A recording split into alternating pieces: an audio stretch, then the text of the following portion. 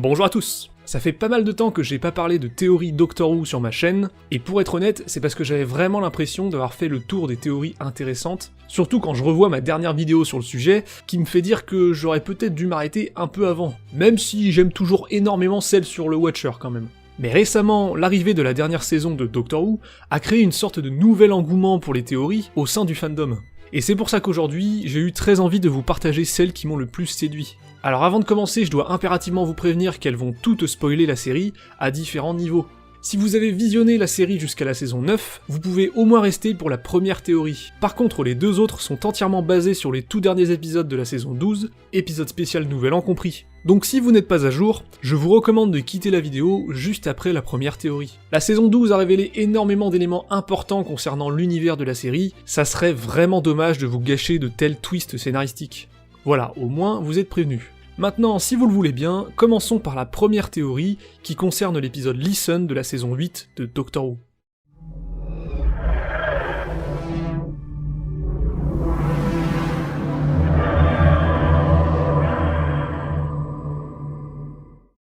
Alors pour être tout à fait honnête, je n'aime pas beaucoup l'épisode Listen. J'ai même tendance à penser que c'est le pire scénario écrit par Steven Moffat, et pourtant croyez-moi, je suis un très grand fan du monsieur. Je ne vais pas m'étendre sur les raisons qui font que je n'aime pas cet épisode, parce que j'aurai sans doute l'occasion de revenir là-dessus plus longuement, mais pour faire simple, le scénario de Listen n'a véritablement aucun sens. Non mais vraiment je vous jure, je dis pas ça parce que je suis un gros rageux de la saison 8, je vous assure que d'un point de vue purement scénaristique, ça n'a ni queue ni tête. Tout l'épisode est basé sur le fait que nous ne serions soi-disant jamais seuls, sauf qu'à la fin, on apprend que finalement le docteur s'est planté, et que du coup, tout ce qui vient de se dérouler sous nos yeux n'a non seulement servi à rien, mais surtout pose plus de questions qu'au départ. Et parmi toutes ces questions, l'une d'entre elles est la suivante: qui a écrit le mot « listen » en début d'épisode ? Et oui, pour rappel, l'épisode commence par une petite séquence pré-générique dans laquelle le docteur réfléchit à la potentielle existence d'une forme de vie qui serait constamment présente, et qui, de fait, hanterait notre solitude. Une fois son petit monologue terminé, une craie roule jusqu'à ses pieds, et on se rend compte que le mot « listen » vient d'apparaître sur le tableau noir du TARDIS. Si on part du principe que le docteur a tout inventé, que finalement cette supposée créature censée accompagner notre solitude n'existe en fait pas du tout, alors qui a écrit sur le tableau ? Et par extension, on pourrait également se demander qui se cache sous le drap de la fameuse scène avec le jeune Danny Pink, et derrière la porte d'Orson Pink dans le futur. Voilà, là on commence à toucher du doigt le plus gros problème de cet épisode, et encore, si au moins c'était le seul. Plus rien ne fonctionne à partir du moment où le postulat de base est ruiné par la révélation finale, ou plutôt l'absence de révélation. Seulement, une théorie de Oswin Coleman sur Twitter m'a permis de voir cet épisode sous un angle tout à fait différent.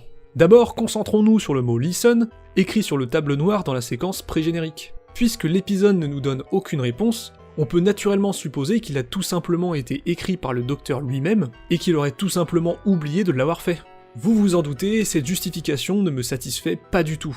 D'abord parce que quand on voit la scène, ça semble assez absurde et peu crédible, mais aussi parce que ça fait passer le docteur pour un abruti qui oublie en quelques minutes ce qu'il vient de faire. Et alors certes, ça peut arriver à tout le monde, mais bon, le docteur est quand même censé être bien plus intelligent qu'un simple être humain. Par ailleurs, si on va encore plus loin dans l'analyse, on peut constater que le mot « listen » semble se détacher du style d'écriture du 12e docteur. Pour s'en rendre compte, il suffit de regarder les mots qu'il écrit au tout début de la séquence. On remarque assez facilement que ce docteur est du genre à ajouter des points sur ses I majuscules, ce qui n'est pas le cas sur le mystérieux Listen. D'ailleurs, l'épisode Last Christmas semble nous confirmer cette information, lors de la séquence dans laquelle il tente de réveiller Clara de son sommeil mortel, ce qui se traduit par des mots écrits sur un tableau noir. Là encore, on remarque que ces I majuscules sont couronnés d'un point.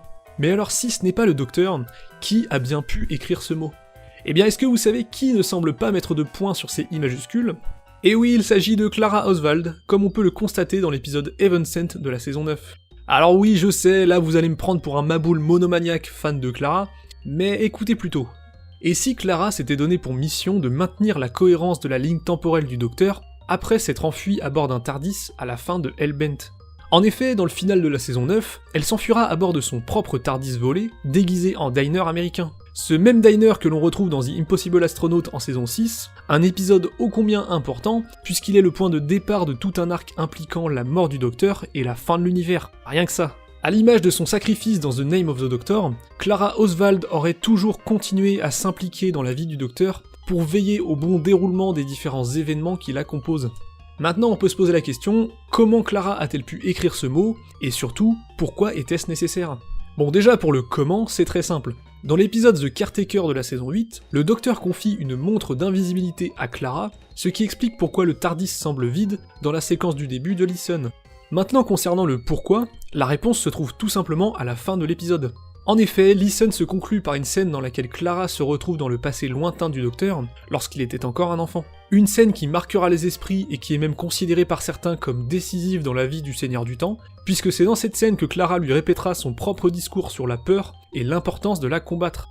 Un discours qui lui donnera du courage, qui l'aidera à lui-même combattre sa peur, et l'inspirera tout au long de sa vie. C'est ce mot, écrit sur le tableau noir, qui poussera le docteur à enquêter sur son hypothèse, et qui, par effet de causalité, emmènera Clara dans son passé. Sans ça, peut-être que le docteur n'aurait pas été le même. Peut-être n'aurait-il pas été aussi courageux, et peut-être même qu'il n'aurait jamais volé un TARDIS pour s'enfuir de Gallifrey. Ce moment était donc indispensable à la vie du docteur, et il a pu être rendu possible grâce à l'intervention de Clara. Partant de ce principe, on peut totalement imaginer que c'est également elle qui fut à l'origine de la mystérieuse forme qui se cachait sous les draps du jeune Danny Pink, ainsi que des bruits résonnants derrière la porte d'Orson Pink dans le futur. Même si j'admets que j'ai un peu plus de mal avec ça, puisque pour le coup, ces séquences-là semblent soigneusement mises en scène dans l'unique but de faire peur. Mais bon, au moins ça a le mérite de donner une explication, ce qui n'est pas le cas de l'épisode à la base. Honnêtement, je dois avouer que même si j'ai toujours eu beaucoup de mal avec Listen, cette théorie me le rend au moins un peu plus acceptable. Bon, ça explique toujours pas comment Orson Pink peut exister alors que Danny Pink est mort en fin de saison 8, mais bon, forcément, comme il y a plus de trous scénaristiques dans cette histoire que de cheveux sur le crâne de Capaldi, je pense qu'il faut pas trop en demander non plus. En tout cas, je remercie énormément Oswin Coleman, la personne à qui l'on doit cette superbe théorie, qui a gentiment accepté que je lui emprunte. Maintenant, on va passer aux théories qui concernent les derniers épisodes de la saison 12, donc je vous rappelle que si vous ne les avez pas encore vus, je vous conseille de quitter la vidéo dès maintenant, et je vous remercie au passage de l'avoir visionné jusqu'ici.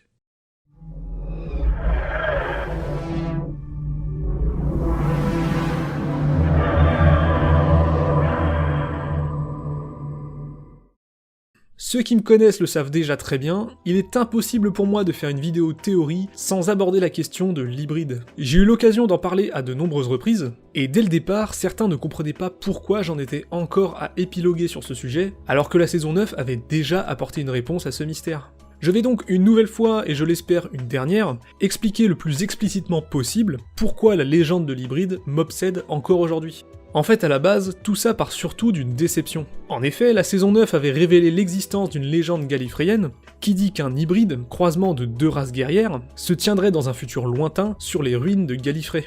Au départ, on nous dit que cet hybride serait potentiellement moitié Dalek, moitié Seigneur du Temps. Puis plus tard, à la fin de Heaven Sent, le docteur nous rappelle que la race des Daleks ne pourrait tolérer un tel mélange. Et c'est donc dans l'épisode suivant, Hellbent, que Ashilder nous révèle que, selon elle, l'hybride serait tout simplement l'union de Clara et le docteur. Pourquoi ? Bah on sait pas trop, a priori leur union serait dangereuse ou un truc du genre, mais en tout cas, voilà comment se conclut cette histoire d'hybride dans la saison 9. Sauf qu'à mon sens, cette révélation pose un vrai problème pour pas mal de raisons. Mettre en place une intrigue autour d'une entité mystérieuse, et surtout entretenir ce mystère tout au long de la saison, jusqu'à en faire le motif central de l'incroyable Heaven Sent, tout ça pour qu'au final cette entité se révèle être basiquement les personnages principaux de la série quoi. Désolé, mais d'un point de vue purement scénaristique, je trouve ça beaucoup trop facile, voire carrément flemmard. Et le pire, c'est que c'est pas la première fois que ce faible twist est utilisé. C'était par exemple déjà le cas en saison 8 dans l'épisode Time Heist, dans lequel les protagonistes sont tributaires d'un mystérieux individu appelé l'Architecte, qui se révèle à la fin être ni plus ni moins que le Docteur. Là encore, pas très inventif. Et alors je sais très bien ce que certains vont me dire, effectivement c'est aussi ce que fait le final de la saison 12 avec le Timeless Child, que j'ai pourtant souvent défendu. Et oui, je l'admets, là aussi Chris Chibnall a utilisé ce même twist scénaristique particulièrement pauvre. Mais la grosse différence, c'est que dans le cas du Timeless Child, le fait qu'il se révèle être le Docteur change complètement la vision que l'on a du personnage. C'est une révélation tellement majeure dans l'histoire de la série qu'elle a carrément été contestée par de nombreux fans. Alors qu'à l'inverse, dans la saison 9, lorsque l'hybride se révèle être l'alliance du Docteur et de Clara, ça ne change finalement pas grand chose. Parce que concrètement, c'est censé faire comprendre au Docteur que l'attachement émotionnel qu'il peut avoir avec ses compagnons peut parfois être dangereux, et c'est pour ça qu'il finira par oublier volontairement l'existence de Clara. Et oui, sauf que pour le bien de la série, il faut absolument que le Docteur continue de voyager accompagné. Du coup, dans la saison d'après, il se dégote une nouvelle compagne en la personne de Bill Potts, comme s'il n'avait tiré aucune leçon de cette histoire d'hybride, donc en somme, comme si l'hybride n'avait finalement servi à rien. Et voilà pourquoi j'ai un véritable problème avec la révélation finale de la saison 9. Mais ce qui m'a poussé à imaginer d'autres possibilités concernant cette légende, c'est surtout qu'en réalité, ce final n'est jamais très clair concernant l'identité de l'hybride. Il est d'ailleurs intéressant de noter que la page qui concerne l'hybride sur le site TARDIS Datacore, l'encyclopédie en ligne de Doctor Who, nuance énormément cette fameuse révélation de fin de saison 9, allant même jusqu'à proposer d'autres candidats potentiels, comme Donna Noble ou encore River Song. En fait, il est tout à fait possible que le docteur se soit trompé sur l'identité de l'hybride. Car après tout, pourquoi en saurait-il plus que les autres à ce sujet ?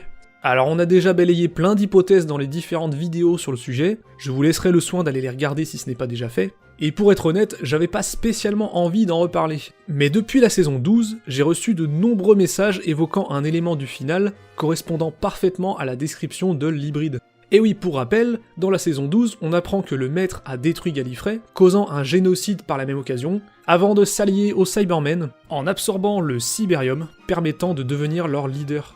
Et à partir de là, tout devient limpide. La légende décrit l'hybride comme étant issu de 2 races guerrières, l'une d'entre elles étant potentiellement celle des Seigneurs du Temps. Quoi de plus guerrier que la race des Cybermen ? L'hybride devrait se tenir sur les ruines de Gallifrey, et devinez quoi ? C'est exactement ce que fait le maître dans le final de la saison 12. Et un dernier détail que j'ai omis jusqu'à présent, cette légende avait d'abord été ignorée par les Seigneurs du Temps parce qu'elle devait se réaliser dans un futur très lointain, et il se trouve que les événements de la destruction de Gallifrey par le Maître se déroulent tout au bout de la timeline, bien après tout le reste, vers la fin de l'univers. Donc en termes de futur très lointain, on peut difficilement faire mieux. En clair, la fusion entre le Maître et le Cyberium correspond en tout point à la description de l'hybride contée par la légende. Franchement, c'est pas mal, non ? Alors je sais qu'on va encore me reprocher de théoriser là-dessus, mais promis, c'était la dernière fois, et puis j'y peux rien si le final de la saison 12 est une bien meilleure conclusion pour l'hybride que celle apportée par Moffat en saison 9.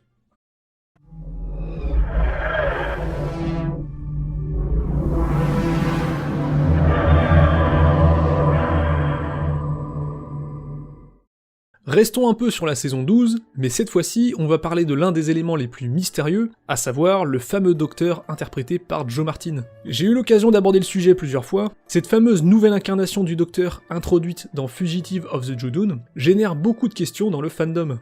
Car si l'on en croit la révélation du final, ce docteur mystérieux se placerait avant la toute première incarnation connue, c'est-à-dire avant celle de William Hartnell, ce qui semble être confirmé par le fait qu'elle ne possède pas de tournevis sonique, et qu'elle ne connaisse pas l'incarnation de Jodie Whittaker.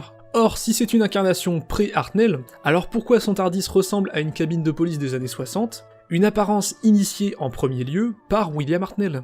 J'avais déjà émis quelques hypothèses dans certaines de mes précédentes vidéos, mais il faut avouer que c'est probablement le point le plus difficile à justifier si on part du principe qu'il s'agit bien d'une incarnation passée. Et pourtant, si je vous disais que le dernier épisode en date, Revolution of the Dalek, pourrait bien apporter une réponse à cette interrogation. En effet, dans cet épisode, le docteur se sert du TARDIS récupéré sur Gallifrey dans l'épisode précédent, pour attirer la horde de Daleks qui tentent de l'attaquer, et ce, en le déguisant en cabine de police. Il est intéressant de noter que le docteur a programmé ce TARDIS pour qu'il se fasse absorber dans le vide.